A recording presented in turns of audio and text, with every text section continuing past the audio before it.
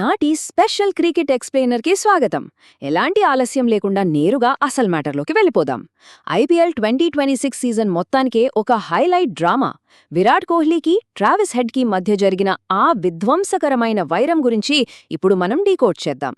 ఒకప్పుడు ఒకే dressing room పంచుకున్న ఇద్దరు ఆటగాళ్లు ఇంత పెద్ద వేదికపై ఒకరినొకరు కనీసం చూసుకోకుండా ఎందుకు ఇగ్నోర్ చేసుకున్నారు? అసలంత కోపం ఎందుకొచ్చింది?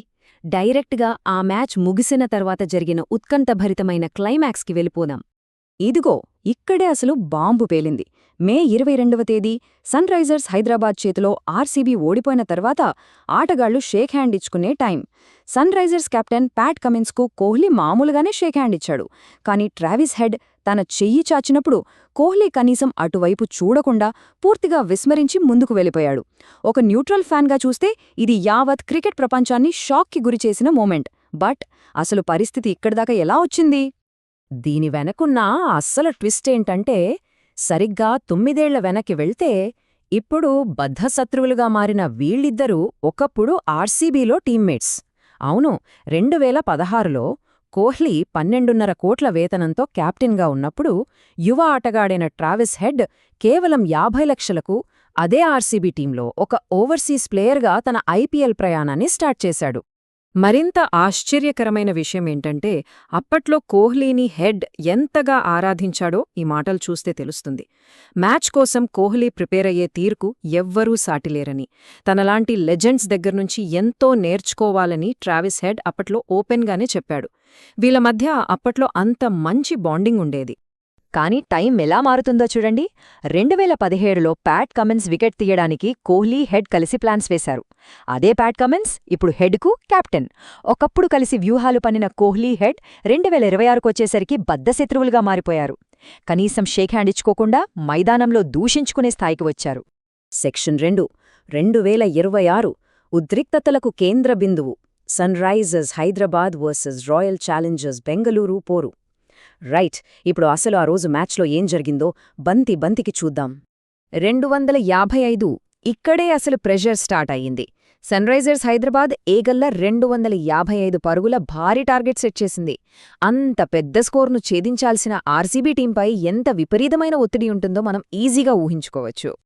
ఆ ఒత్తిడిలో మైదానంలో టెన్షన్ ఎలా పెరిగిందంటే, చేజింగ్లో 4th ఓవర్ నడుస్తున్నప్పుడు బౌలింగ్ విషయమై హెడ్పై కోహ్లీ స్లెడ్జింగ్ స్టార్ట్ చేశాడు.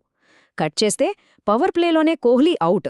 ఆ తర్వాత ఇన్నింగ్స్ మధ్యలో హెడ్ మాటల యుద్ధానికి దిగాడు.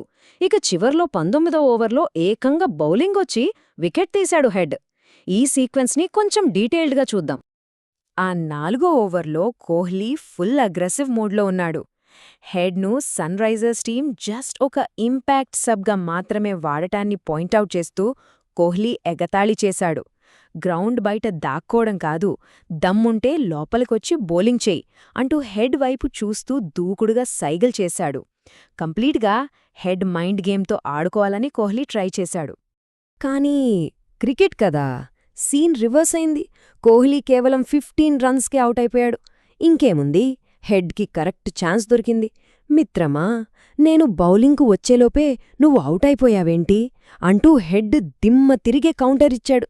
కోహ్లీ వేసిన సైకలాజికల్ ట్రాప్ కోహ్లీకే ఎదురు తిరిగింది. ఇప్పుడు ఈ 9 అనే నంబర్ వెనుక ఒక షాకింగ్ ఫ్యాక్ట్ ఉంది. ఐపీఎల్లో ట్రావిస్ హెడ్ ఒక వికెట్ తీసి అప్పటికి కరెక్ట్గా 9 ఏళ్లు అయింది. అవును, తను కేవలం ఒక హార్డ్ హిట్టర్ కాబట్టి బౌలింగ్ చేసే ఛాన్స్ అతనికి రావడం చాలా చాలా అరుదు. అలాంటిది కోహ్లీ స్లెడ్జింగ్ ఎలా బెడిసికొట్టిందంటే, 19వ ఓవర్లో ప్యాట్ కమిన్స్ సర్ప్రైజింగ్గా హెడ్కి బాలిచ్చాడు. ఎవ్వరూ ఊహించని విధంగా హాఫ్ సెంచరీతో డేంజరస్గా కనిపిస్తున్న రజత్ పాటీదార్ వికెట్ను హెడ్ ఎగరేసుకుపోయాడు. కోహ్లీ ఛాలెంజ్ చేశాడు. హెడ్ వికెట్ తీసి ఆర్సీబీకి గట్టి షాక్ ఇచ్చాడు. సెక్షన్ 3 మ్యాచ్ అనంతరం నిగూఢ సందేశాలు, క్రీడా స్ఫూర్తిపై చర్చ. గ్రౌండ్లో జరిగిన టెన్షన్ ఆ తర్వాత బయటకు కూడా ఎలా పాకిందో ఇప్పుడు చూద్దాం. దీనిపై భారత మాజీ ఆల్రౌండర్ ఇర్ఫాన్ పఠాన్ లాంటి ఎక్స్పర్ట్స్ ఎలా రియాక్ట్ అయ్యారంటే, దీన్ని ఒక పర్సనల్ గొడవలా చూడకూడదన్నారు. ఆస్ట్రేలియన్ స్టైల్ ఎగ్రెషన్తో ఆడటం కోహ్లీకి ఎప్పటినుంచో ఇష్టం. పైగా ఇలాంటి హై ప్రెషర్ మ్యాచ్లలో ఆ మాత్రం కాంపిటేటివ్ ఫైర్ ఉండటం చాలా సహజమని ఆయన క్లియర్గా చెప్పారు. కానీ అసలు డ్రామా ఇంకా అవ్వలేదు. మ్యాచ్ అయ్యాక ట్రావిస్ హెడ్ తన ఇన్స్టాగ్రామ్ స్టోరీలో కీప్ ద బాడీ గెస్సింగ్ అంటూ ఒక మిస్టీరియస్ పోస్ట్ పెట్టాడు. ఇది ఎవరిని ఉద్దేశించి పెట్టాడో డైరెక్ట్గా చెప్పకపోయినా క్రికెట్ ఫ్యాన్స్కి మాత్రం ఇది పెద్ద డిస్కషన్ పాయింట్ అయిపోయింది. ఇంత రచ్చ జరిగినప్పటికీ మనం గుర్తుంచుకోవాల్సిన ఒక మెయిన్ పాయింట్ ఉంది.